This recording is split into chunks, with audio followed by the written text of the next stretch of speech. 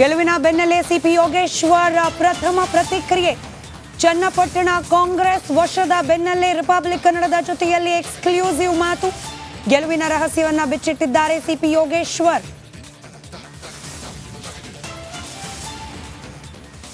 ಬಹಳ ಇಂಪಾರ್ಟೆಂಟ್ ಆದಂತ ಒಂದು ಪ್ರಶ್ನೆ. ಎಕ್ಸಿಟ್ ಪೋಲ್ಗಳು ಹೇಳಿದ್ವು ಸಿಪಿ ಯೋಗೇಶ್ವರ್ ಅಲ್ಲ ನಿಖಿಲ್ ಕುಮಾರಸ್ವಾಮಿ ಗೆಲ್ತಾರೆ ಅಂತ. ಬಟ್ ನಿಮ್ಮ ಅಷ್ಟು ಪರಿಶ್ರಮಕ್ಕೆ ಇವತ್ತೊಂದು ನಿಮಗೆ ಪ್ರತಿಫಲ ಸಿಕ್ಕಿದೆ ಅಂತ. ಹೌ ಡು ಯು ಫೀಲ್ ನಾವು? ಈಗ ಕಾಂಗ್ರೆಸ್ ಪಕ್ಷದ ಕಾರ್ಯಕರ್ತರು ಸಂಘಟನಾತ್ಮಕವಾಗಿ ನಾವು ಹೋರಾಟ ಮಾಡಿದ್ವಿ. ನಮಗೆ ಗೊತ್ತಿತ್ತು ಒಟ್ಟಾರೆ ನಾವು ಇನ್ನೂ 30,000ಗಿಂತ ಹೆಚ್ಚು ಮಾರ್ಜಿನಲ್ಲಿ ಗೆಲ್ತೀವಿ ಅನ್ನೋ ಒಂದು ಆತ್ಮವಿಶ್ವಾಸ ಇತ್ತು.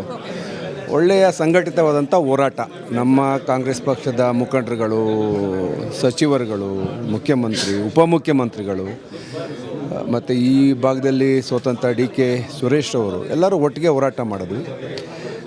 ನಾವು ಈ ಚುನಾವಣೆಯಲ್ಲಿ ಮತ್ತು ಸರ್ಕಾರದ ಯೋಜನೆಗಳು ಏನು ಅವ್ರದ್ದು ಗ್ಯಾರಂಟಿ ಯೋಜನೆಗಳು ಜನಸಾಮಾನ್ಯರಿಗೆ ಪ್ರಶ್ನೆ ಇತ್ತು ಸರ್. ನಾವು ಡಿಬೇಟಲ್ಲೆಲ್ಲ ಬಂದಾಗ ಇಲ್ಲ ಸಿಪಿ ಯೋಗೇಶ್ವರ್ ಕೆರೆ ನೀರಾವರಿ ಮಾಡಿದ್ರು, ಹಾಗಾಗಿ ಅವರು ಸ್ವಂತ ವರ್ಚಸ್ಸಿಂದ ಗೆಲ್ತಾರೆ ಒಂದು ಅಂತ ಹೇಳ್ತಾ ಇದ್ರು. ಇಲ್ಲ ಗ್ಯಾರಂಟಿ ಯೋಜನೆಗಳು ಅಂತ ಹೇಳ್ತಾ ಇದ್ರು.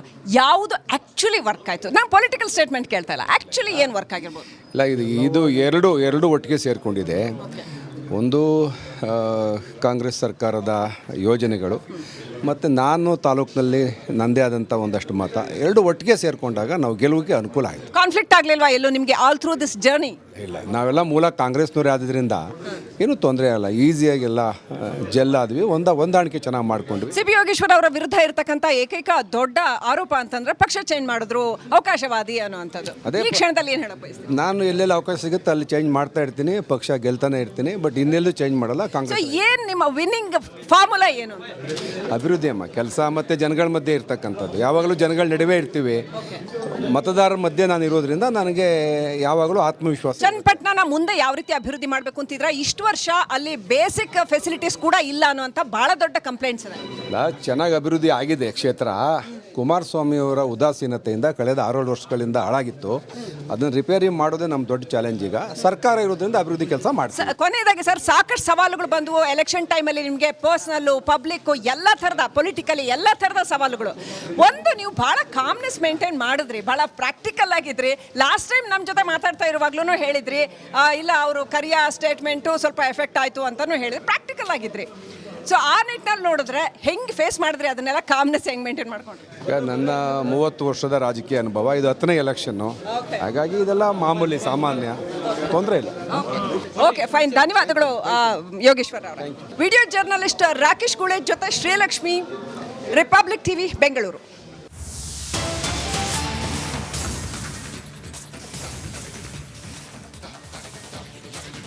ರಿಪಬ್ಲಿಕ್ ಕನ್ನಡದ ಜೊತೆಯಲ್ಲಿ DK ಸುರೇಶ್ ಕೂಡ ಮಾತನಾಡಿದ್ದಾರೆ. ಎಕ್ಸ್ಕ್ಲೂಸಿವ್ ಸ್ಪೆಲ್ಲಿಂಗ್ ಸರಿ ಮಾಡಿ, ಎಕ್ಸ್ಕ್ಲೂಸಿವ್ ಮಾತುಕತೆ. ರಿಪಬ್ಲಿಕ್ ಕನ್ನಡದಲ್ಲಿ ಚನ್ನಪಟ್ಟಣ ಗೆಲುವಿನ ಸೂತ್ರಧಾರ.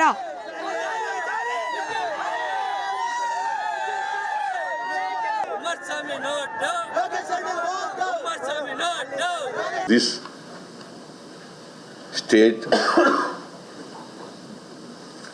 are enlightened, are awakened. They should not be misled by the opposition parties' false allegations and mispropaganda.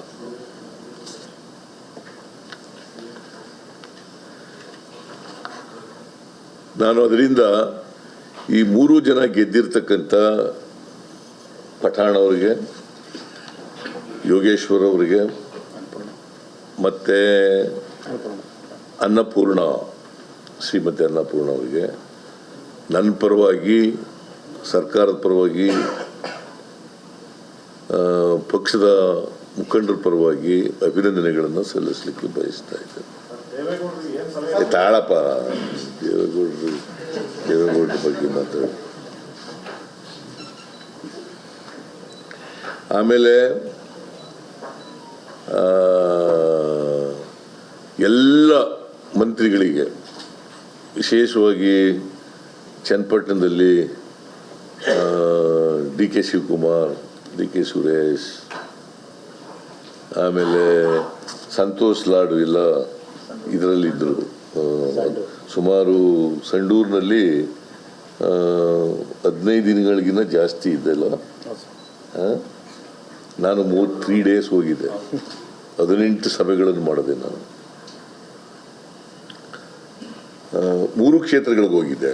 Course 2 ದಿನ ಮಾತ್ರ ಚನ್ನಪಟ್ಟಣ, ಶಿಗ್ಗಾಂವ್ ಮತ್ತು ಸಂಡೂರು, 3 ದಿನಗಳು, ಒಟ್ಟು 6 ದಿನಗಳು ಕ್ಯಾಂಪೇನ್ ಮಾಡಿದೆ ಸತತವಾಗಿ.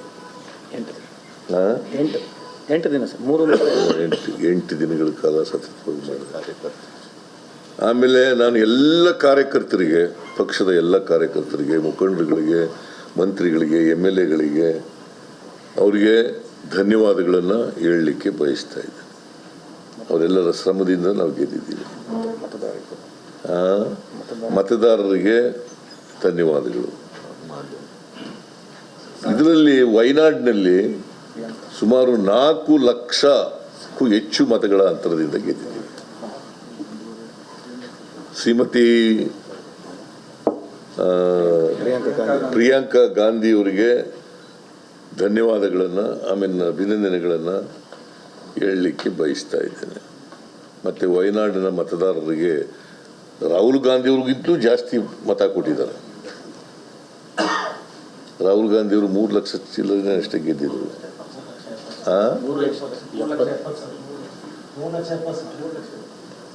ಈಗ ಇವರು 4,10,000 ಇದು ಗೆದ್ದಿದ್ದಾರೆ.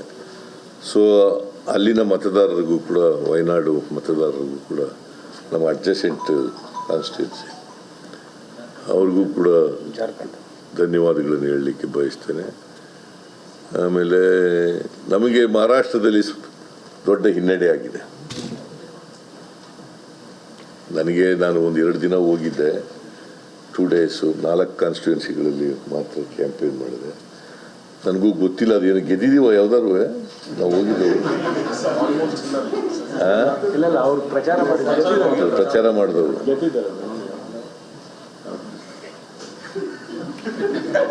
ನಂಗೆ ಗೊತ್ತಿಲ್ಲ, ಕೇಳಿಲ್ಲ ನಾನು. ಸುಮ್ಮನೆ ಅಲ್ಲಿ ದೊಡ್ಡ ಹಿನ್ನಡೆ ಆಗಿದೆ.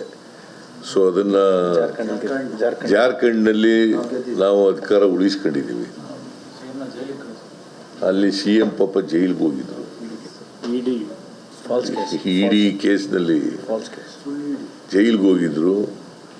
ಜನ ಮತ್ತೆ ಸೊರೇನ್, ಹೇಮಂತ್ ಸೊರೇನ್ ಅವರಿಗೆ ಆಶೀರ್ವಾದ ಮಾಡಿದ್ದಾರೆ. ಜಾರ್ಖಂಡ್ನಲ್ಲಿ ಕಾಂಗ್ರೆಸ್ನವರು ಅಲ್ಲ, BJPಯವರು ಸುಳ್ಳು ಕೇಸ್ ಹಾಕಿದ್ರು ಅವ್ರ ಮೇಲೆ ಅಂತೇಳಿ ಜನ ಅವರಿಗೆ ಮತ್ತೆ ಆಶೀರ್ವಾದ ಮಾಡಿದ್ದಾರೆ.